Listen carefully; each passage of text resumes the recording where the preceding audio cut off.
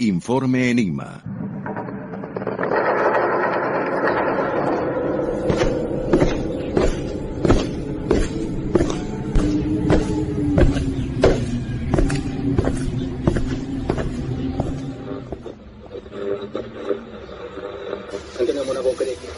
Informe Enigma.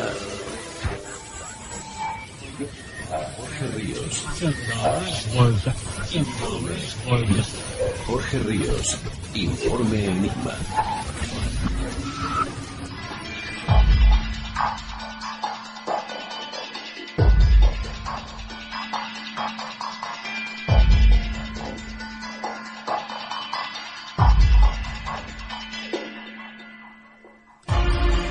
Bienvenidos a Informe Enigma.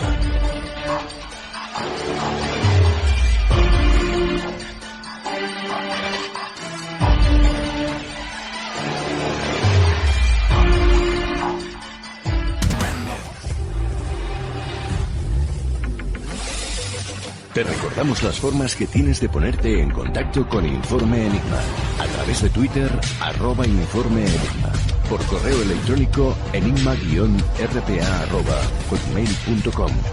O bien en la página de Facebook Informe Enigma. Contacta con nosotros.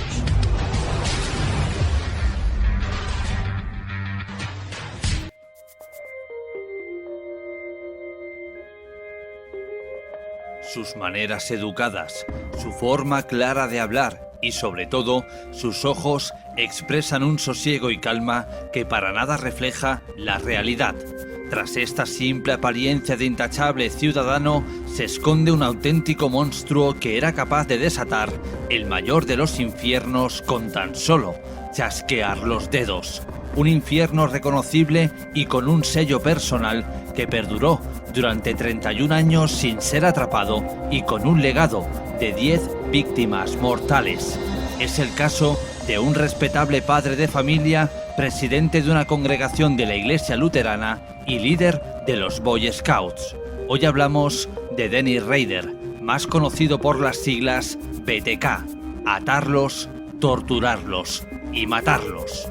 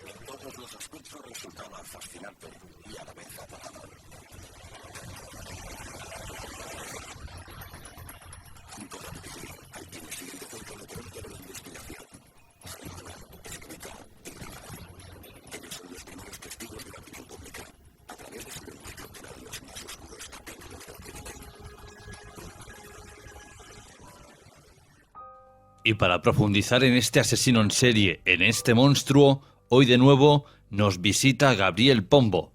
Gabriel Pombo, ¿cómo estás? Estoy muy bien desde Uruguay, Montevideo, capital de mi país, mandando un cálido saludo a mis amigos de España, a ti particularmente Jorge Ríos, a tu audiencia de Informe Enigma y a todos aquellos buenos amigos que tengo en la madre patria, deseando que estén lo mejor posible. Y bueno, tratando de ser de amenidad en estos minutos que vamos a estar dedicados al caso del asesino BTK, Dennis Rader. Gabriel, toda historia tiene un inicio y en este caso BTK no podía ser menos. ¿Quién es Dennis Rader? Dennis Rader era un buen padre de familia, un hombre bastante gris y anodino que vivió prácticamente toda su existencia en Wichita, una ciudad relativamente pequeña del estado de Kansas, al sur de Estados Unidos, que formó una familia totalmente tradicional. Tenía esposa, tenía 2 hijos, una mujer y un varón. Trabajó en distintas ocupaciones totalmente tradicionales e incluso vinculadas en parte a la justicia, porque fue guardaparques en su última etapa de su vida. Anteriormente había trabajado para compañías de seguridad, instalando alarmas. Bueno, precisamente algunos trabajos que él aprovechó con mucha astucia para usarlos como coartada y para de alguna manera escudriñar a sus víctimas y saber cuál era el momento más adecuado para entrar en sus residencias y atacarlas. Y bueno, si algo lo caracterizó fue el prolongado reinado de terror que mantuvo en vilo a la ciudad de Wichita durante nada menos que 31 años. Lo prolongado, lo extenso de ese reinado de terror es una de las características fundamentales de su saga asesina. Querido Gabriel, prácticamente todos los asesinos en serie tienen una huella personal que es su modus operandi, su forma de actuar. Podríamos decir su forma de trabajar. En este caso, ¿cuál es el de Dennis Rader? En efecto, Jorge, una típica doble personalidad al estilo de Dr. Jekyll y Mr. Hyde, sumamente estudiada por los psicólogos, sobre todo después que sobrevino su aprehensión en el año 2005, cuando ya era un hombre de 60 años, y como mencioné anteriormente, había tenido en vilo a la población de Wichita durante nada menos que 31 años. ¿Cuál era ese modus operandi? Como también mencioné, era muy meticuloso a la hora de organizarse, o sea, un asesino serial extremadamente organizado, que con mucha paciencia y minuciosidad recababa datos no solo de las víctimas que le interesaban, y además generaba toda una fantasía en torno a ellas. Prácticamente tenía una doble personalidad. Ahora bien, sin duda alguna, era dueño de sus actos. Simplemente un hombre cuyas fantasías perversas lo dominaron a tal grado de que llegó un momento, allá por sus 28 años de vida, es cuando se supone que cometió su primer crimen múltiple, dicho sea de paso, que no pudo contener ese monstruo interior, como él mismo le llamaba.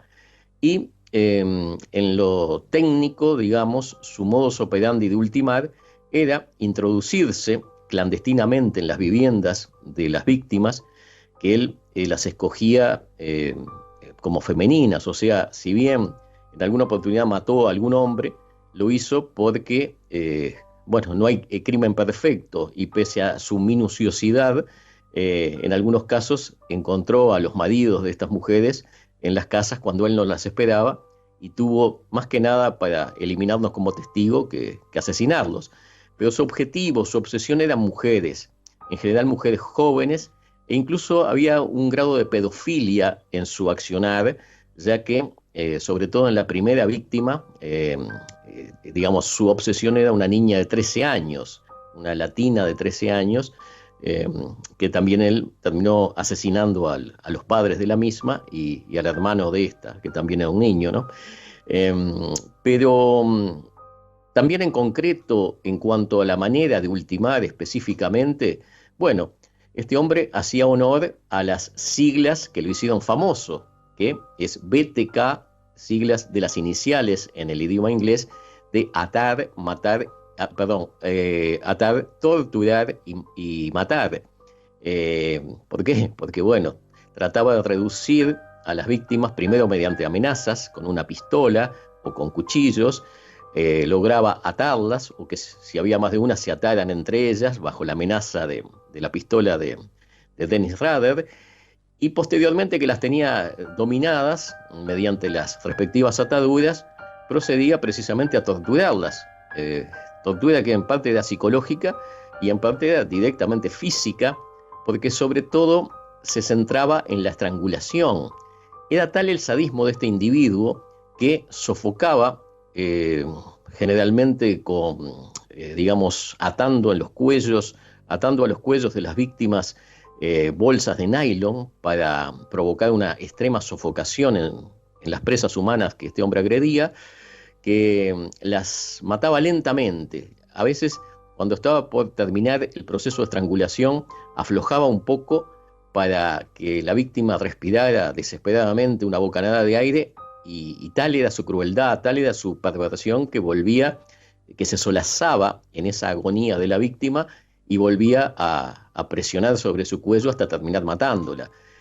O sea, tenemos el caso clásico de un sádico, de un asesino serial clasificado como organizado, sin duda alguna, con características sádicas y psicopáticas que son clarísimas. Una vez BTK terminaba con la vida de sus víctimas, las dejaba en el lugar del crimen o bien las enterraba en otro lugar.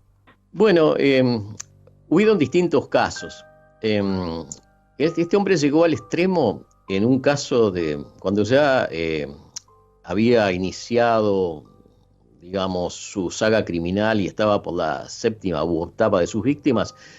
Siempre atacaba en la casa de las mismas, ¿no?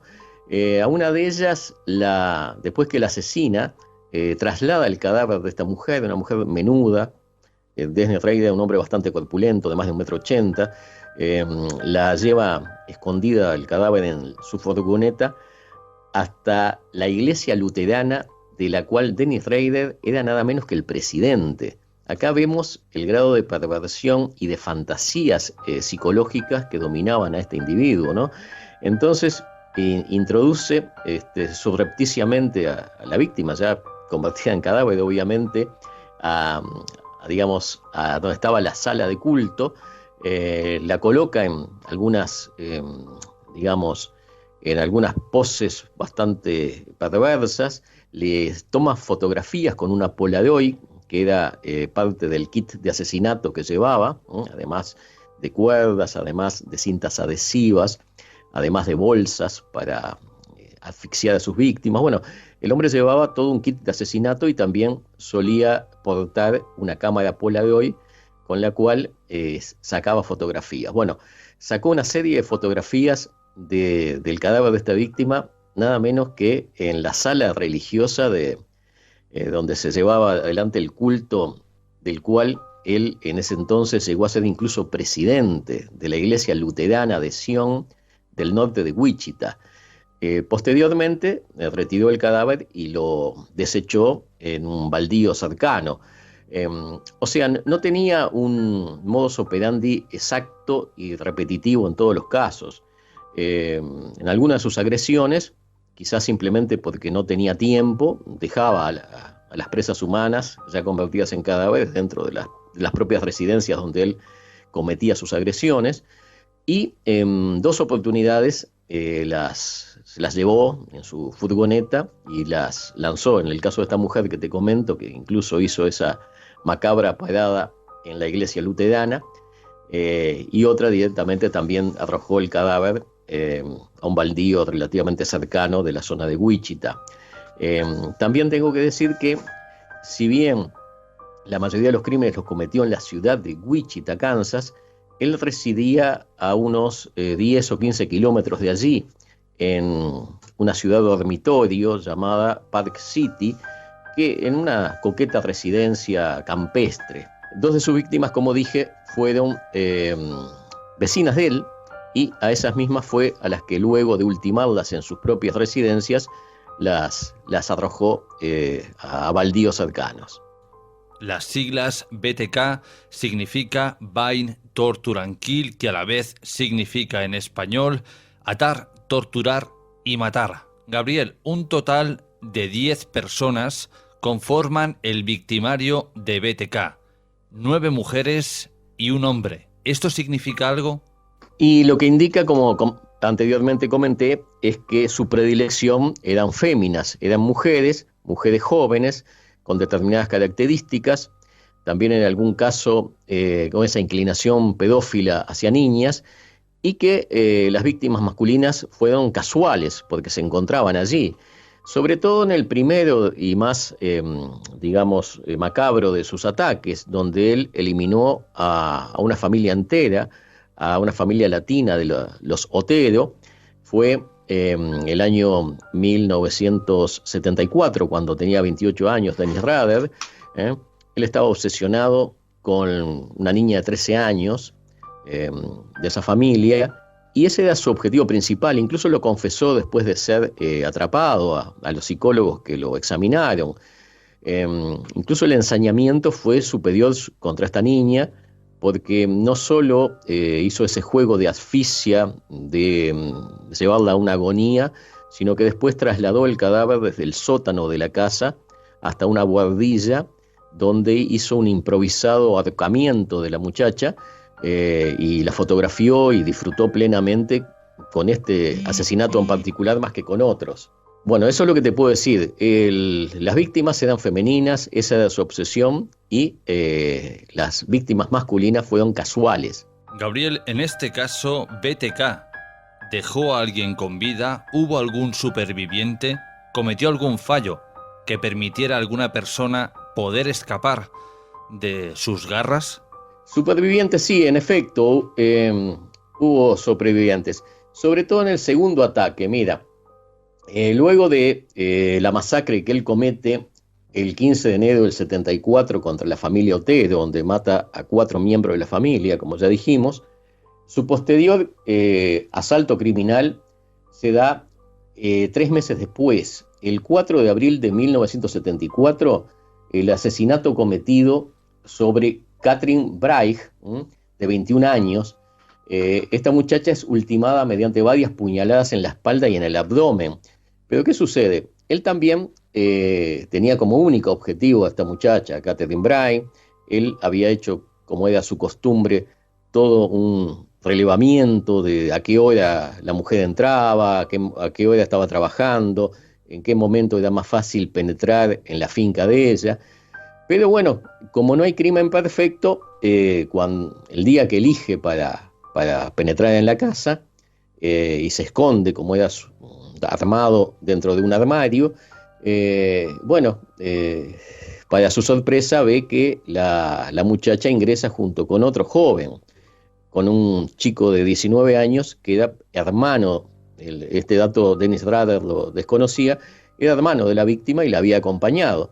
Bueno, finalmente, como que no se aguanta más, Dennis Rader escondido en ese ropero o armario y sale abruptamente, pistola en ristre, y los encara, bueno, con el viejo cuento de que es un fugitivo, que está huyendo de la ley y que lo único que quiere es robar en esa casa, y le pide al muchacho que amarre a su hermana. Incluso dio la característica que tan seguro estaba Dennis Rader de que solo se iba a encontrar con la muchacha, que había olvidado llevar sus clásicas cuerdas. O sea que BTK, que se caracterizaba por amarrar y atar, no había llevado cuerdas precisamente en este caso. Entonces improvisó ahí unas corbatas, hizo que el hermano amarrara a la hermana, cosa que él hizo, naturalmente el muchacho la amarró de forma muy débil, ¿no? Lo cierto es que la intención de él era matar al muchacho. Lo lleva hacia el dormitorio y le dispara en la cabeza. El muchacho logra, pese a que era mucho menor de físico que él, desatarse, forcejea frenéticamente, le da gran pelea, pero él finalmente logra pegarle un segundo balazo en la cabeza y lo da por muerto. Entonces sale de esa habitación en busca de la sala principal donde estaba amarrada la chica esta, que terminó siendo su víctima, Catherine Braich, la cual también logra zafarse de las ataduras y le da una fenomenal batalla, en fin, lo ataca, lo golpea, él se ensarza en una pelea con ella, cae al piso y con su cuchillo le asesta varias puñaladas, que la termina matando.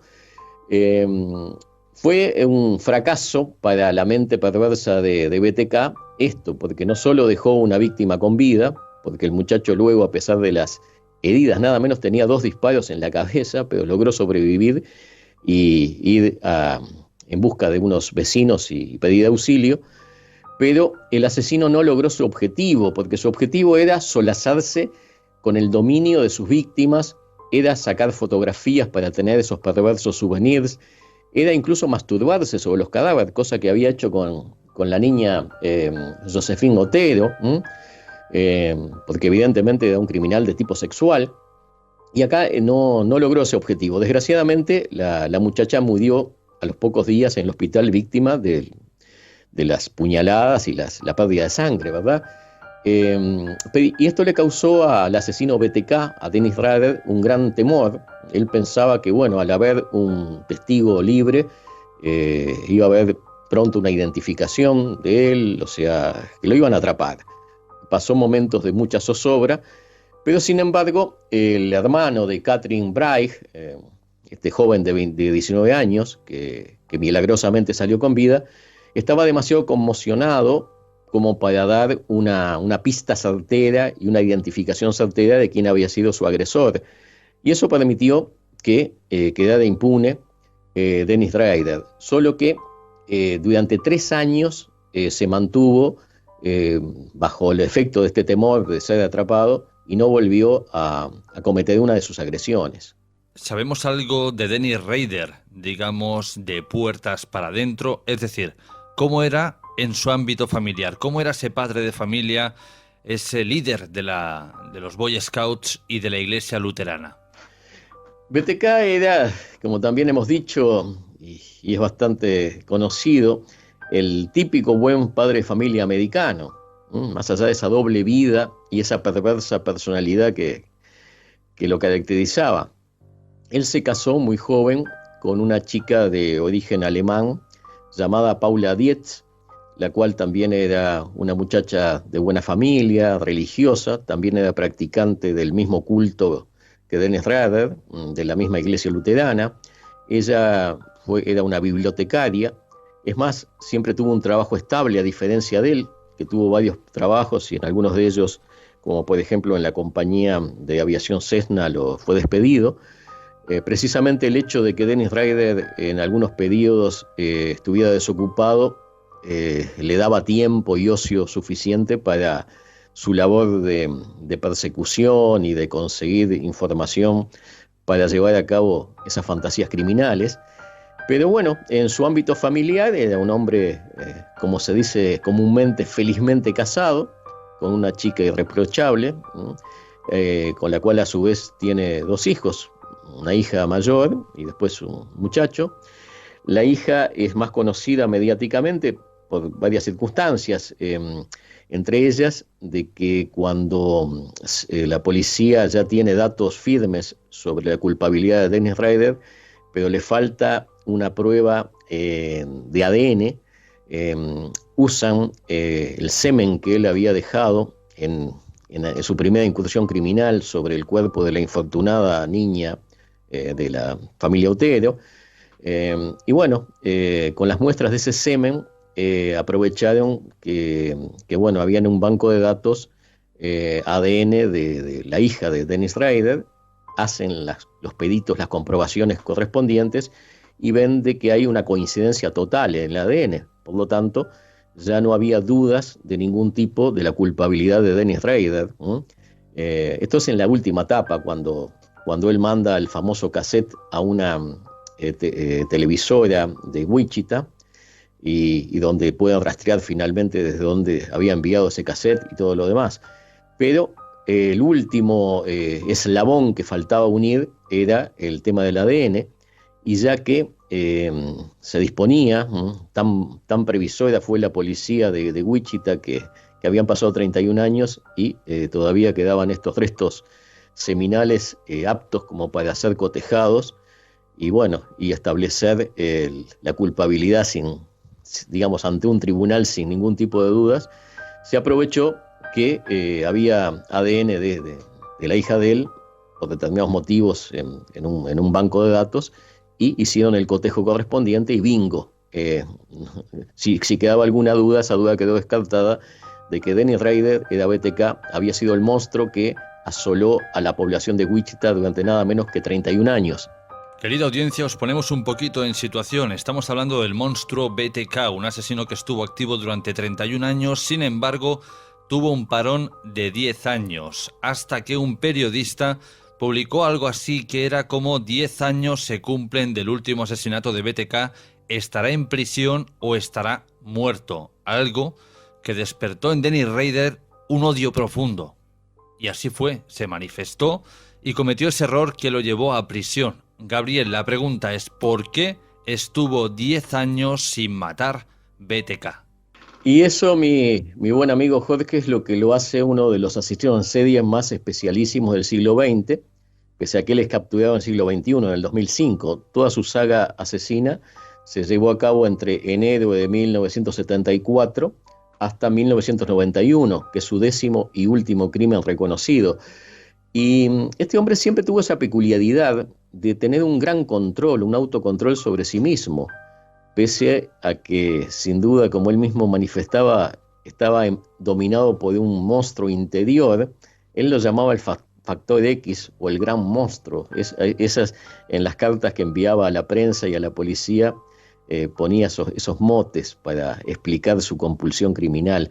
Pero pese a ello, su capacidad de evitar la captura, su extrema prudencia, lo llevó a tener esos periodos tan largos sin que llevara a cabo los delitos. Los psicólogos que lo estudiaron, su personalidad, entienden de que él de alguna manera sublimaba, a diferencia de otros asesinos en serie que necesariamente tienen que volver a asesinar, caen en ese ciclo donde lo único que le da satisfacción a su morbo y a su perversión es volver a repetir un nuevo asesinato. Bueno, este hombre, como tenía entre otras cosas, una imaginación tan fuerte, tan poderosa, recreaba sus crímenes, y toda esa etapa de conseguir pistas, recabar datos de futuras víctimas, bueno, todo eso era un sucedáneo de la necesidad de matar. De alguna manera lo satisfacía de tal forma que iba postergando la necesidad específica de matar. Además de que, como dijimos anteriormente, tenía una vida social muy intensa. No le era fácil encontrar tiempo para concretar el acto de matar en sí mismo, más allá de todo el tiempo y toda la dedicación que le daba el hecho de reunir el material, digamos, para sus fantasías, ¿no? Y para volver a cometer un crimen. En algunos casos, sus proyectos fracasaron porque, o bien cuando entró clandestinamente a las casas de sus víctimas, estas no estaban, se encontraban de viaje, por ejemplo, o por distintas circunstancias fracasaron. Lo cierto que se fueron dando estos periodos tan prolongados de tiempo. Incluso llegó un momento que probablemente después del año 91, ya estamos hablando de un hombre de más de 40 años, que desde los 28 mataba, con particular saña, y tenía todo ese mundo perverso interior. De alguna manera, como que no digamos que había controlado la necesidad de matar, pero se había hecho menor. Y lo que sí quedó en su interior fue su afán mediático. Y su afán mediático y el hecho de que se diera cuenta de que lo estaban desconociendo como tal, que no iba a pasar a la posteridad, fue lo que hizo que enviara ese famoso cassette y otras pruebas a distintos medios de prensa, y sobre todo a la cadena Cake TV, donde envió ese cassette y otras pruebas de crímenes que había cometido, que lo permitió finalmente rastrear. Y como tú bien señalaste en tu anterior pregunta, sí, efectivamente, el que en un programa de televisión algunos estudiosos del caso dijeran, bueno, que ya estaba olvidado el tema de BTK, que probablemente el asesino incluso hubiera fallecido, justamente porque no se podía entender racionalmente de que no hubiera seguido matando. Bueno, hizo que saliera ese ego monumental que Dennis Rader tenía, y terminó haciéndole fatal. Pero no es que Dennis Rader perpetrara un nuevo asesinato, ni siquiera lo programara, o sea, simplemente mandó a los medios de difusión información sobre sus crímenes, seguía alardeando de ellos, pero quizás ya no se sentía capaz, incluso físicamente, de volver a cometerlos. No nos olvidemos, Jorge, que fueron crímenes que al asesino le causaron también un gran desgaste físico. En muchos casos tuvo que enzarzarse en peleas donde estuvo en riesgo su propia vida, ante la defensa desesperada que le opusieron las víctimas. O sea, ya no estaba para esos trotes, como se dice vulgarmente, Dennis Rader. Él lo entendía. Simplemente quería no quedar en el olvido. Bueno, y lo logró, ¿no? De alguna manera paradójica e irónica, logró no quedar en el olvido, aunque le costó su justa prisión.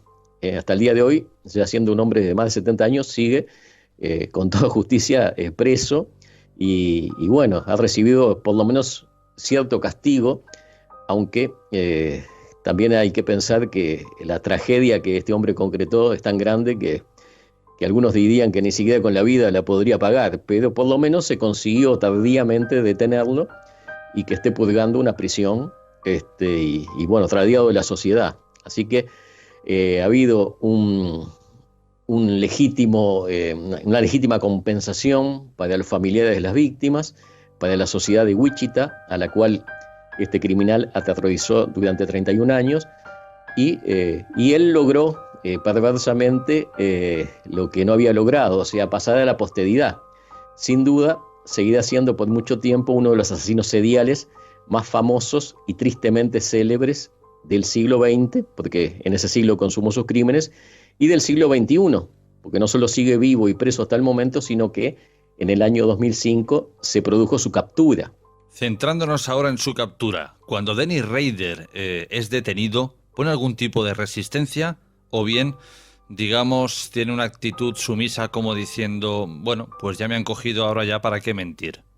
No solo no opone resistencia, sino que cuando el coche policial, que a la cabeza tenía el jefe de policía de Wichita de ese entonces, que era Kenny Langworth, que ya era a su vez un policía muy conocido mediáticamente, y era un poco la némesis o el oponente de Dennis Rader, porque fue policía que lo siguió años y años.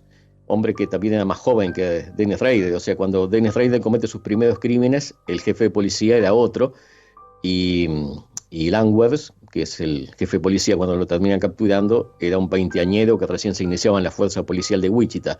Bueno, pero lo cierto que Dennis Rader lo reconoció inmediatamente, y cuando se baja del móvil policial, el jefe de policía Langworth, junto con otros policías, para aprenderlo, Dennis Rader, que había ido a su casa a almorzar en ese momento, lo ve y muy amablemente le dice: hola, creo que el nombre de pila Kenny o Mr. Langworth, hola, ¿cómo está usted? Estoy a sus órdenes. Y jocosamente se entrega. Él sabía que obviamente cuando ya la policía venía es porque ya tenían las pruebas totales y que no iba a tener escapatoria. Pero sin embargo, lejos de oponer resistencia, casi que disfrutó, repito, de su detención.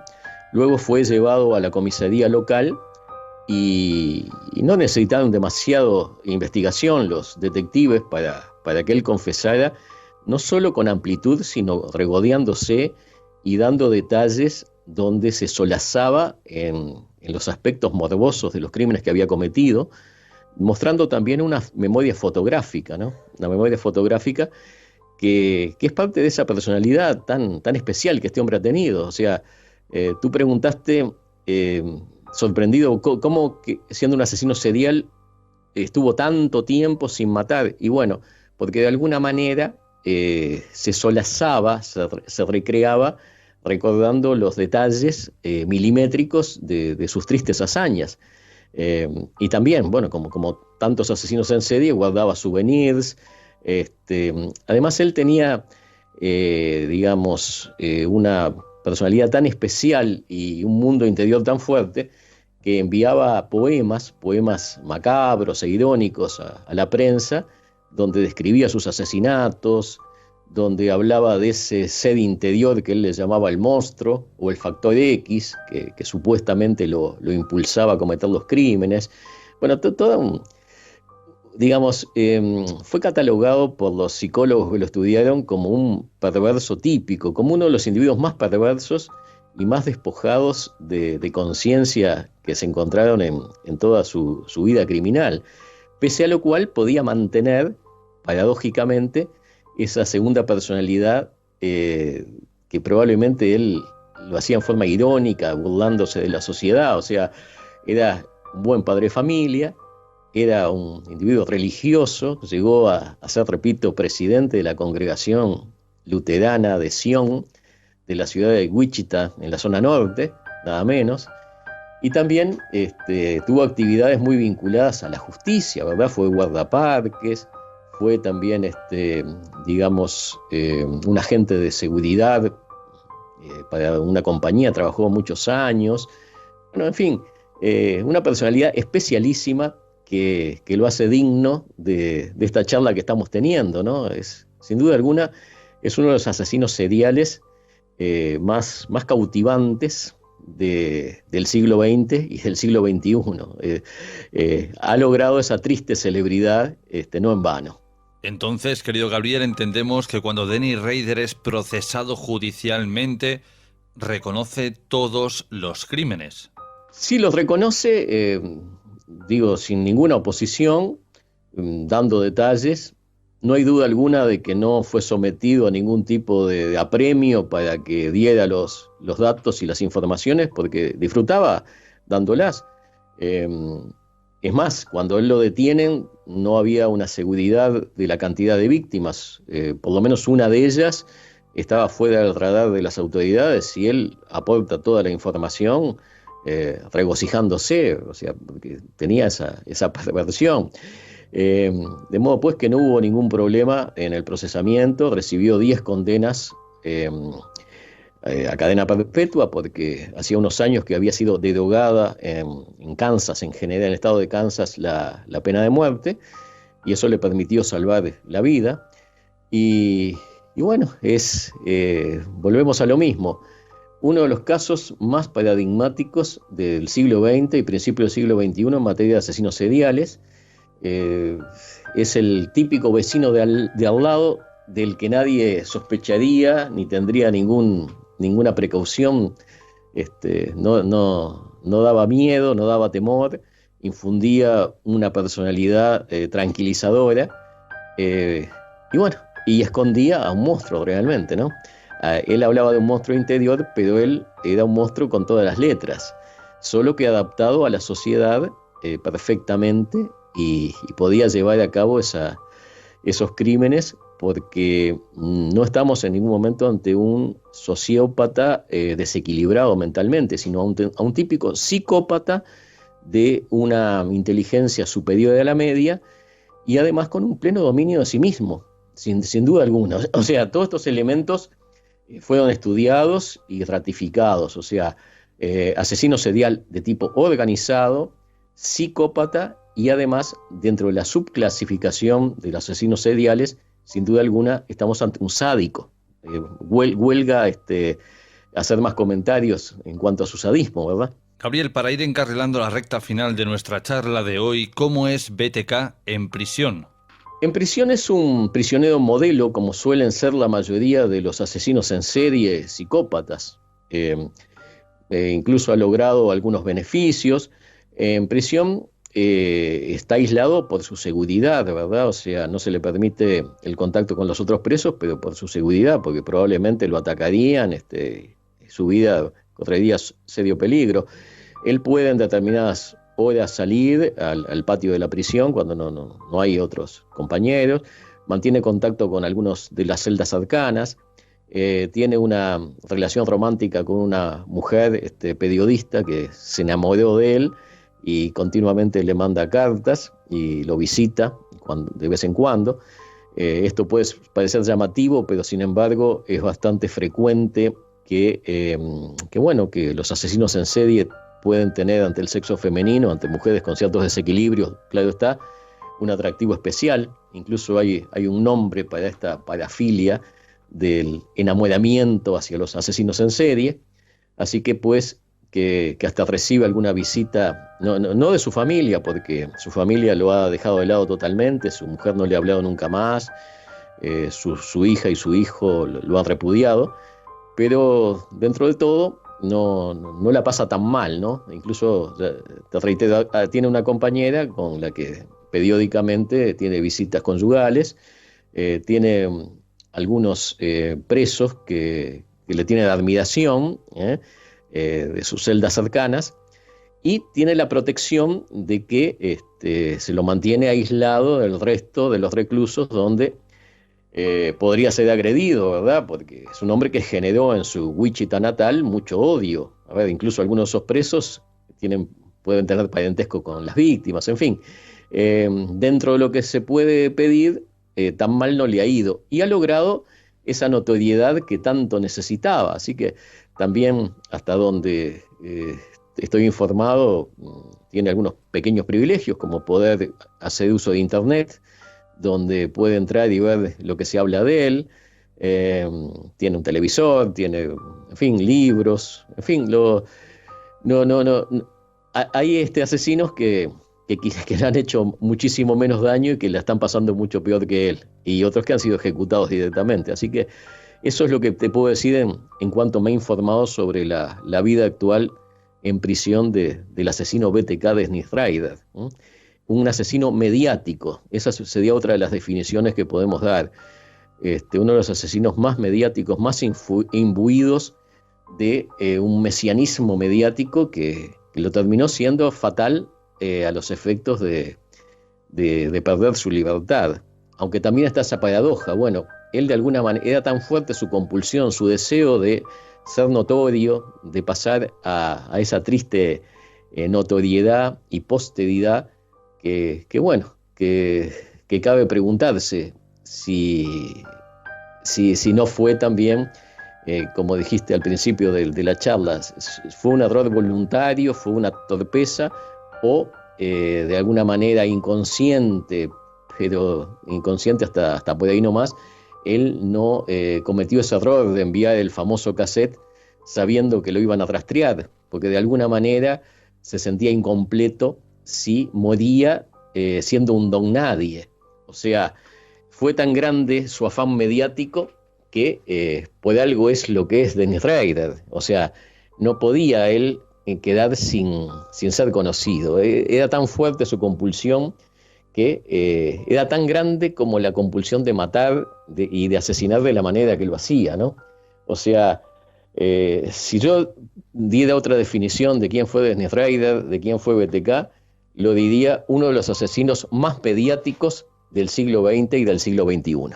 ¿Quién sabe, querida audiencia, cómo BTK tiene derechos penitenciarios y uno de ellos es acceso a Internet? Quizás en un gran supuesto sepa algo de español y escuche nuestro espacio.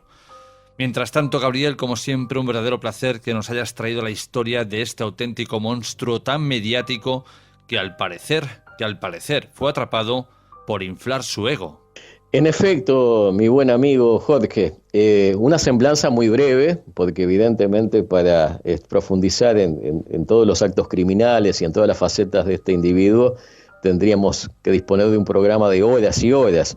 No en vano, acá cerca de mi escritorio tengo algunos de los libros que se han escrito, libros muy voluminosos. Por ejemplo, acá tenemos uno escrito por 4 periodistas del Wichita Eagle, donde él solía mandar las cartas y el que lo conocían de primera mano. Estamos hablando de un libro de cerca de 500 páginas. Después tengo otro de tu conocido Vicente Garrido, que en su libro Perfiles Criminales le dedica un buen espacio al amigo BTK, y otros varios por acá. Así que vaya que este hombre ha dado lugar a la literatura, ¿no? Pero dentro de todo, espero haber cumplido modestamente con la finalidad de que tu audiencia tuviera un bosquejo, por lo menos, en base a tus muy buenas preguntas, como siempre tan agudas, de lo que fue este individuo y de las cosas más características que llevó a cabo. Gabriel, un abrazo y hasta la próxima. Otro para ti y hasta la próxima. Y ahora, queridos amigos, nos adentramos una semana más en las noches de Tarot, y hoy para hablar de ángeles y demonios. ¿Quieres apoyar a Informe Enigma? ¿Quieres que siga creciendo? Ahora puedes hacerlo.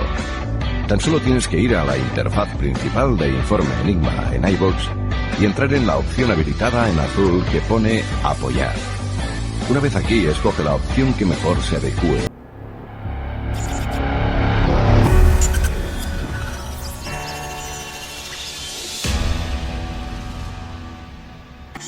Desde que murió su hija Emma.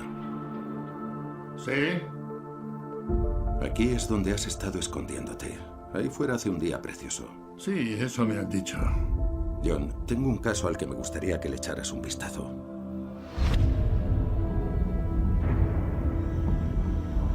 Despejen la habitación, por favor.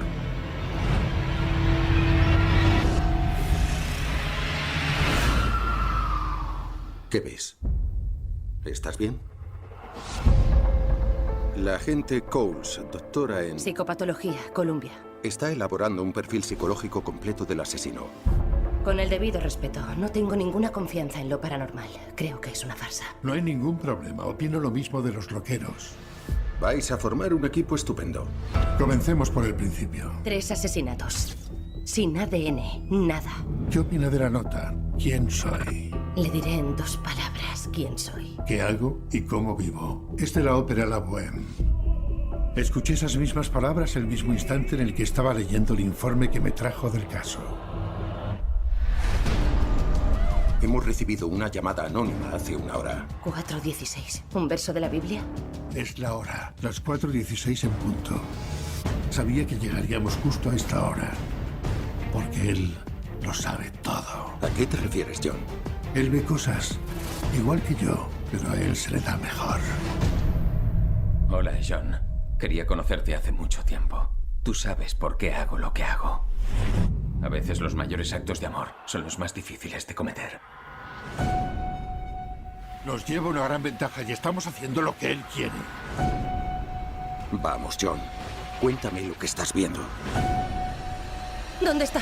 No me falles ahora. No hay vuelta atrás. Alguien morirá esta noche. Por el amor de Dios. Nos lleva a una trampa. ¡Concéntrate! ¡Arriésgate! ¡Ya lo tengo!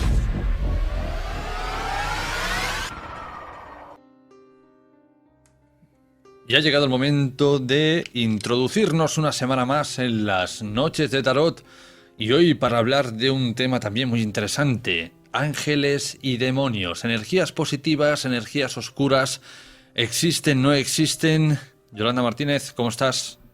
Buenas noches, Jorge. Pues muy bien, mucha calor, pero un viernes más estamos aquí y vamos a hablar de algo diferente de lo que venimos hablando las últimas semanas, de ángeles y demonios, y a ver qué se presenta esta noche. La pregunta del millón: ¿existen los ángeles? ¿Existen los demonios? Por supuesto que existen los ángeles, por supuesto que existen los demonios. Los carnales y los no carnales, existen un poquito de todos, pero bueno, vamos a hablar un poquito de todos ellos y vamos a ver, bueno, cómo se presenta esta noche. Pero cuando hablamos de ángeles o demonios, hablamos de la figura literaria, es decir, ese ser con cuernos, esos seres con alas, o hablamos de energías positivas, energías negativas. Bueno, podríamos hablar un poquito de todo. Las energías positivas y energías negativas, evidentemente que existen, pero esos demonios, esos ángeles, pues también existen, ¿no? Y bueno, esta noche vamos a entrar un poquito a contar alguna historia que han enviado. También contaremos alguna historia personal, porque sabemos que existe el mal y el bien, el yin y el yang. Ha existido toda la vida, evidentemente esto no es nuevo para nadie, ni para los que nos están escuchando. Seguramente que todos han tenido alguna vez alguna experiencia en su vida sobre estos temas y que están ahí escuchando para ver de qué se habla esta noche. Ángeles y demonios, en una dimensión paralela, en un más allá, en un cielo, en un Hades, o Yolanda, pueden estar entre nosotros. Bueno, a ver, estos serían los carnales, como he dicho antes. El yin y el yang ha existido toda la vida. Aquí en la Tierra hay mucho demonio, ya sabemos, no hace falta ponerle nombre. Y ángeles, pues muchas personas que te ayudan y no tienen alas, pero que están ahí, siempre aparecen para ayudarte. Estos serían los ángeles que digo yo que hay en la Tierra, que estamos ahí para ayudar siempre unos a otros. Y luego están los demonios estos que parece ser personas que vienen a complicarte la vida. Pero si ya hablamos un poquito más allá sobre este tema, pues te podría contar una breve historia, ¿vale? De algo que pude vivir yo. Voy a decir que es mi historia, entonces prefiero contarla, que fue una experiencia mía que viví.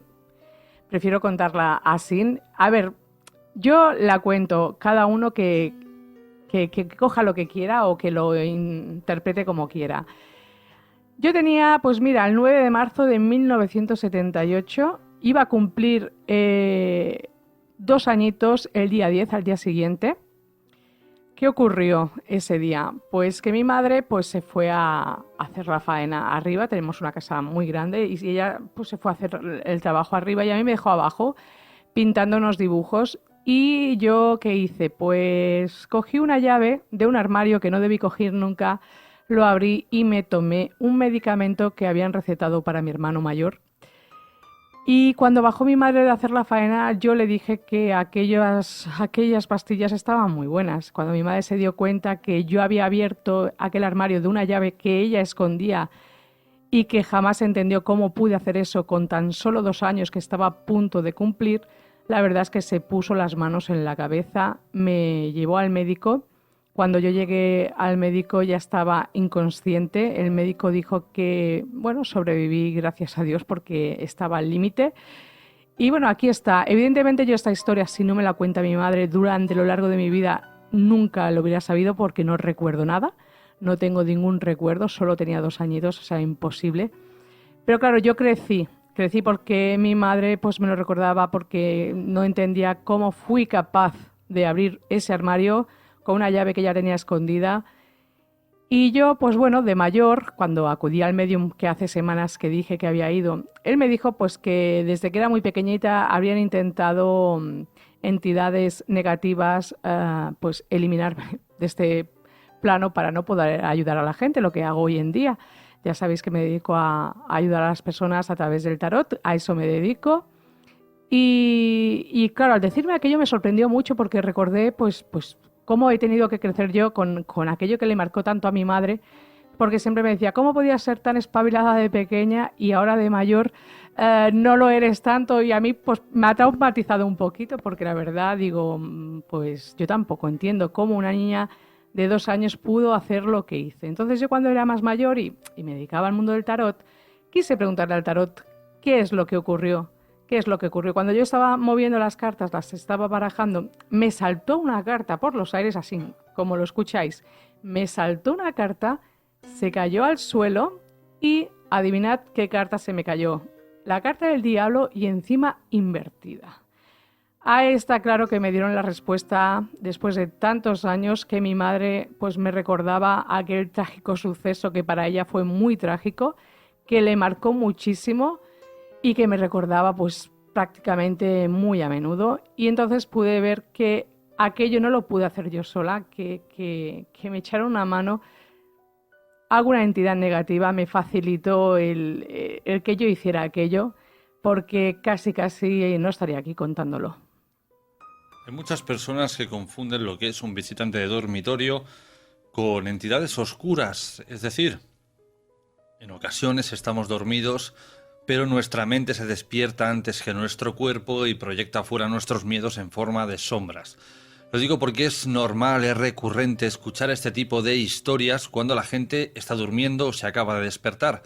Y según la ciencia, esta sería una explicación lógica y además comprobada. Pero, ¿qué ocurre cuando, además de verlos, al acabarnos de despertar, y esto es una historia verídica que me llegó hace pocos días, ven a esas sombras deambular por la casa? No ha ocurrido ningún hecho trágico. No se encuentran mal. Están todos bien. La vida como siempre. Sin embargo, estas sombras oscuras las ven a diario deambular por la casa. Bueno, todo esto iría acompañado dependiendo del sueño. Si ha tenido un mal sueño y ve sombras en su casa, está claro que le están avisando de que hay alguna entidad negativa en su casa.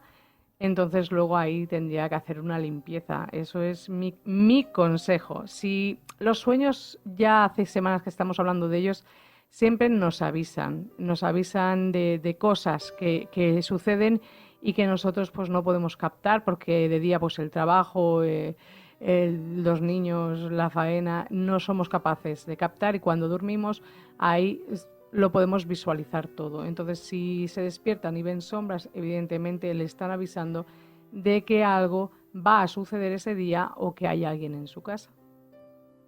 También son muchas las personas que nos han escrito para decirnos que desde pequeños notan presencias que van con ellos y que los protegen. Y esto sería un claro ejemplo de un ángel. Evidentemente aquí todos tenemos un ángel de la guarda que nos asignan nada más nacer. Luego también se van añadiendo, porque a mí me ha pasado a veces en la consulta que me digan, Yolanda, ¿quién me acompaña? Y ver que hay varias personas, no solo una, sino conforme la gente se va yendo, a veces pues seres queridos quieren proteger esas personas y hay muchísimas personas que los protegen.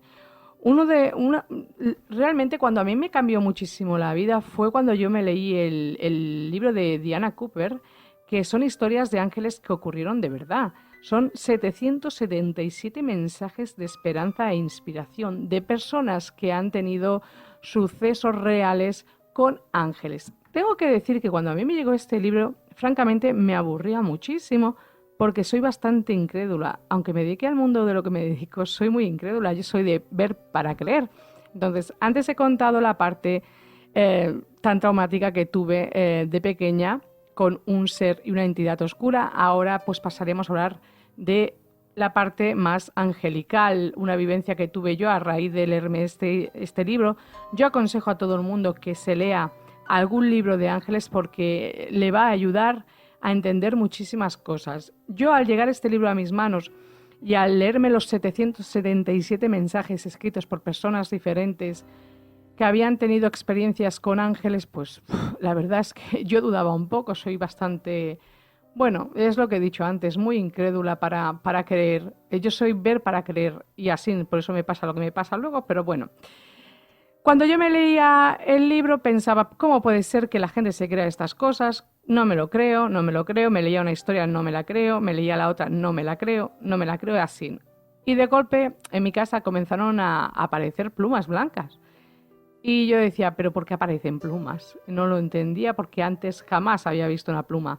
Iba donde fuera, abría la cama para ir a dormir, una pluma. Iba a mi coche, había una pluma. En el comedor había una pluma. Iba a hacerme un café en la cafetera, había una pluma. Es que habían plumas. Me encontraba, desde que me leí el libro, me encontraba plumas constantemente. Bueno, eso que yo pasé una época un poquito mala, comenzamos el 2019, el 2 de enero, y yo tenía la moral bastante baja porque, bueno, pasó algo personal, donde yo pues me costaba entender muchísimo. Mi energía había bajado bastante en picada y no veía salida. La verdad es que me vino un momento en el que pensaba que no me saldría adelante. Y eso que vi una pluma volar delante de mi ventana.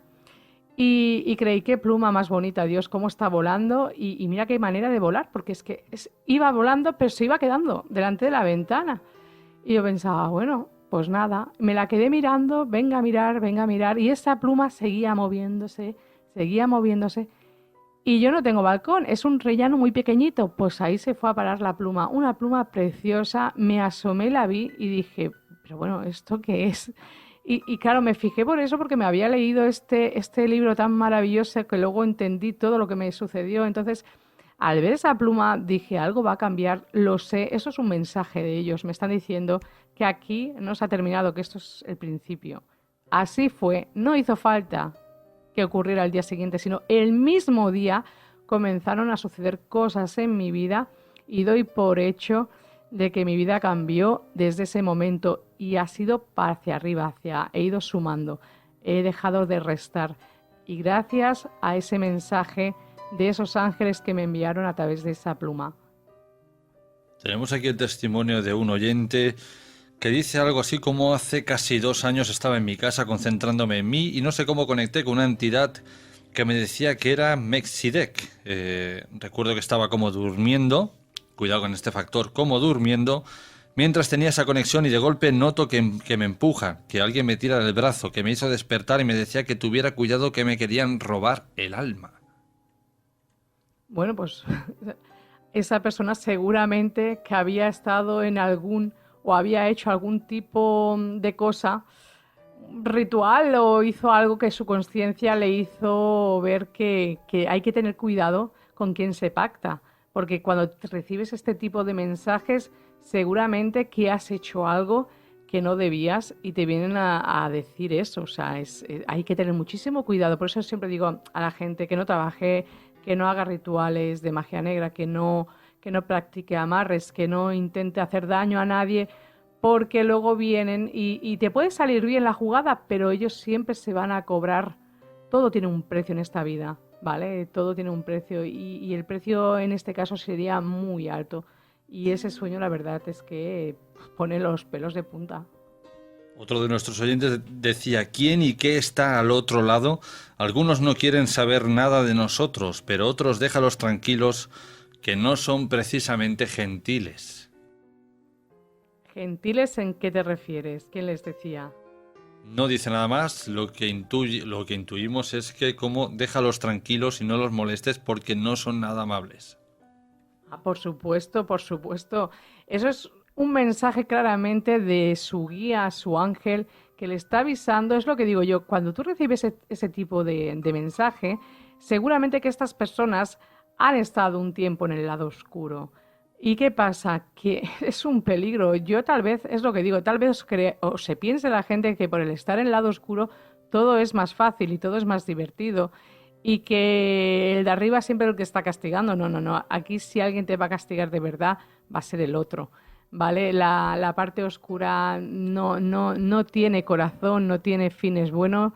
Y cuando una persona recibe ese tipo de mensajes como lo que hemos recibido, está claro que seguramente si le preguntas e investigamos un poquito, han hecho cosas que le están avisando de que mucho cuidado, que todo tiene un precio. Y además dictaminaba su frase diciendo, cuidado porque están más cerca de nosotros de lo que creemos. Por supuesto, eso no lo dudes, Jorge. Si yo te cuento que una vez tenía la sensación de que me faltaba el aire, pero que estaba dormida o en estado, como me dijo el médium al que acudí, estado alfa, mi sensación es que me estaban ahogando y podía ver la cara y la verdad es tremendo, es uno de los peores sueños que he tenido en mi vida porque llegó un momento que dije, o me suelta ya o me ahogo. Y entonces, ¿que está más cerca de lo que creemos? Sí. Y es que los mundos, estos paralelos, están más cerca, estas dimensiones están más cerca de lo que nosotros nos podemos llegar a imaginar. Hay quienes afirman que estamos en medio de una guerra entre el bien y el mal y cada uno se va cobrando, digamos, militantes para su bando. A diario nos topamos con personas tóxicas, personas negativas, que viven de la avaricia, que viven de los éxitos de la gente, que no soportan que la gente sea feliz. Aquí podríamos decir que son militantes del lado oscuro y no de Star Wars. Por supuesto. Aquí estaríamos hablando ya de los carnales, de personas que han venido a este mundo, pues a lo que has dicho tú, son personas tóxicas que no te pueden ver feliz o no pueden ver que quieres conseguir ese éxito. Es que, a ver, el bien y el mal ha existido toda la vida y deben existir, porque si no, tú no aprenderías qué es el bien y qué es el mal. Entonces hay que saber escoger muy bien, hay que estar siempre atento a las banderas rojas, como digo yo, cada señal pues que te avisen de las personas, porque ten cuidado porque lo que hoy son oídos, mañana son lenguas y la gente te puede traicionar mucho. Pero fíjate que si hablamos de la parte oscura o de demonios, pues hay mucho ser humano que pues están etiquetados, llevarían esa etiqueta, así como también hay ángeles, por supuesto.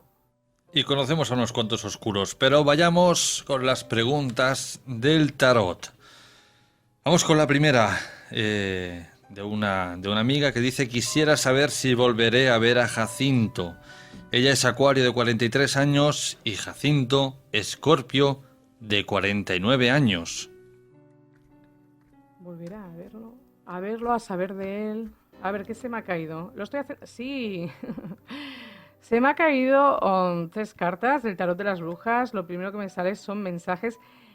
No sé si es que eres tú la que te estás intentando poner en contacto con esta persona, pero a mí me dice que aquí sí que hay interés habrá comunicación. Lo que pasa que él ahora mismo quiere negar, está luchando para no ponerse en ese contacto. Aquí hay algo que no terminó muy bien. Hay un pasado un poco oscuro en este caso, pero sí que hay, sobre todo en parte de ella, la verdad es que había bastantes sentimientos, aquí había bastantes sentimientos. La pregunta era, ¿se pondrá en contacto? Sí, si no lo ha hecho ya es porque está luchando contra ello, está luchando para no hacerlo. Aquí algo no acabó muy bien, pero yo sí que veo que más adelante, yo no digo, sí que me sale un mensaje muy inmediato, por eso digo que no sé si ha podido ser ella quien lo haya mandado y él está luchando para no contestarle a ella, pero tiene el as de bastos al final de la estrella, entonces me habla de nuevos inicios, un poco de paciencia, hay un pasado un poco feo, algo que pasó o algo que ocurrió, ¿vale? Pero que es cuestión de paciencia. Mira, me he traído los ángeles del amor para esta pregunta, porque quiero saber qué piensa Jacinto de ella y que nos digan los ángeles del amor qué es lo que pasa aquí. Aquí había sentimientos y eran reales, ¿eh? Aquí había mucha pasión y dice que merece la pena esperar. La sincronización divina actúa en su vida amorosa. O sea, vamos a dejar, esta persona tal vez tenga algún problema de finanzas y trabajo, y tal vez esté pasando por un mal momento de problemas financieros, y le dicen los ángeles del amor que aquí hay amor y que merece la pena esperar.